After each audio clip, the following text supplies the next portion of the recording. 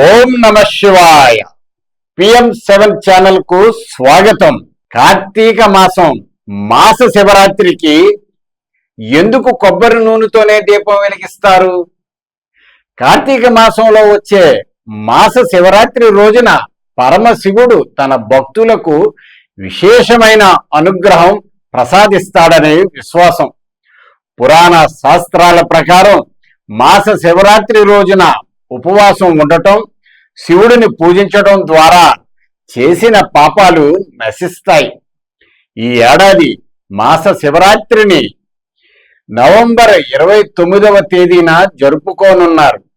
మాస శివరాత్రి రోజున శివుడు భక్తులు కోరిన కోరికలన్నీ తీరుస్తాడని నమ్మకం.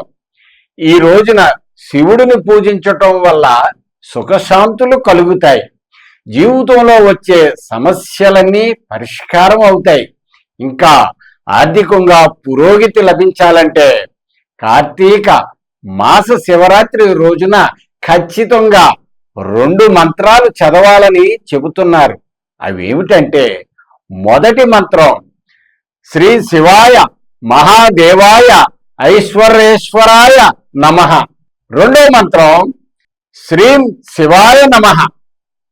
అలాగే కుటుంబంలో మనశ్శాంతి లభించాలన్నా, కలహాలు తొలగిపోవాలన్నా మాస శివరాత్రి రోజున సాయంత్రం పూట కొబ్బరి నూనె దీపం వెలిగించాలని సూచిస్తున్నారు.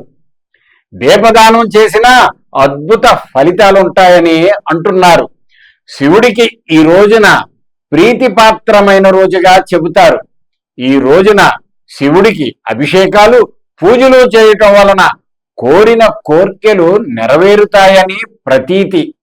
ఉదయం కానీ సాయంకాలం కానీ శివుడికి అభిషేకం చేయాలి. తర్వాత పాయసాన్ని నివేదన చేయాలి. శివునికి అభిషేకం అంటే ప్రీతి కావున శివునికి రుద్రంతో కానీ నమక చమకాలతో కానీ ఈ రోజున అభిషేకం చేయాలి. అభిషేక అనంతరం బిల్వాష్టోత్తరం చెబుతూ బిల్వ దళాలను శివుడికి అర్పించాలి. ఇవి ఏమీ చేయకున్నా కనీసం ఉదయం నుండి ఉపవాసం ఉండి సాయంకాలం శివాలయానికి వెళ్ళి దీపారాధన చేసి పంచాక్షరి మంత్రమైన ఓం నమ శివాయ అని జపించడం కూడా మంచిది.